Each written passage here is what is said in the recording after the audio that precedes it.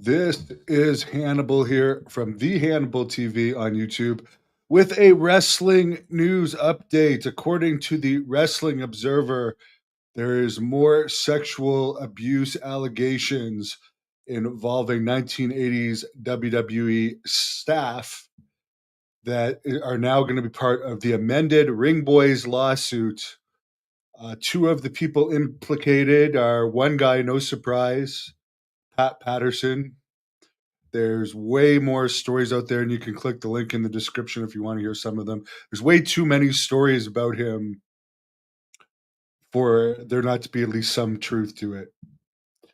And another guy, James Koko Ware, and another further one against Mel Phillips. Apparently, on a July 14th, 1989 event at the Baltimore Arena, one of the alleged ring attendants was told to stay in Patterson's hotel room while the other boys were staying in Phillips' hotel room. And this is the days where they had teenage ring boys setting up the rings still. Apparently, this person alleges that he was given alcohol and Patterson played pornography on the television and forced the plaintiff to give him oral sex, and that Patterson also performed oral sex on him.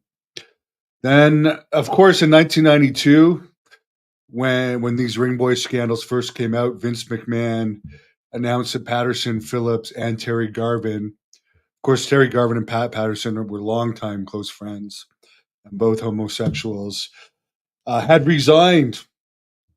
And WWE had said they would never be brought back. Of course, Patterson was brought back immediately after it was all blown over and given a prominent position up until the point that he died in 2020. And apparently, after his death in 2020, one of his former accusers, Tom Cole, committed suicide. According to Meltzer, some close to this Tom Cole claimed it was because he was struggling mentally after Patterson was kind of made out to be some sort of hero after he passed away, due to, of course, his close friendship with McMahon, who, by the way, Don Morocco said to me that there was rumors that McMahon, Patterson, and Patterson's boyfriend Louis had something going on.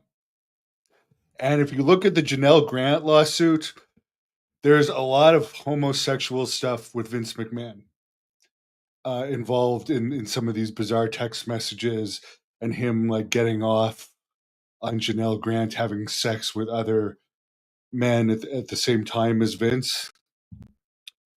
So bizarre stuff. And of course, Scott Hall, there's the famous story where Vince asked him very uncomfortably about homosexual experiences.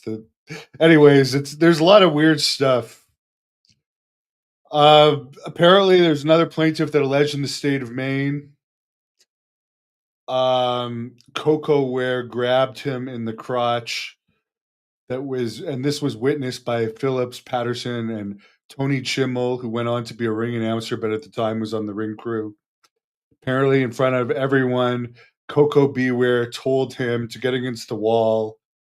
I guess this was a joke, as if he was going to pat him down, and patted him down and grabbed his crotch.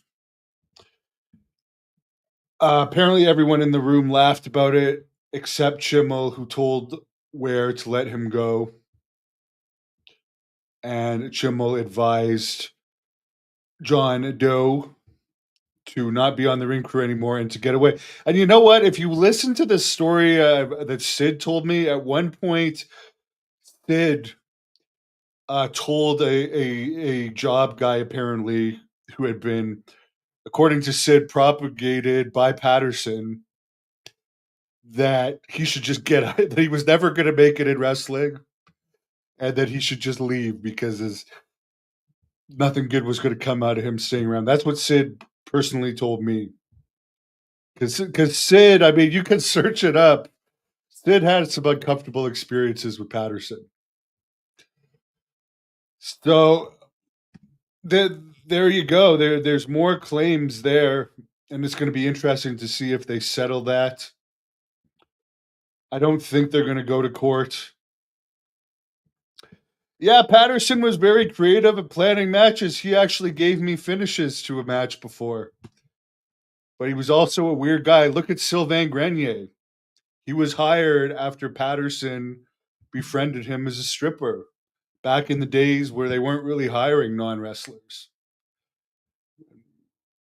And I don't know if it's true or not, but I've heard through several people he got an amount of the inheritance. So who knows? And I think Sylvain was one of the first people hired back who had sued WWE in the concussions lawsuit, and that was probably due to his close relationship with Patterson. I could only guess, but a lot of disgusting stuff, a lot of disgusting allegations there.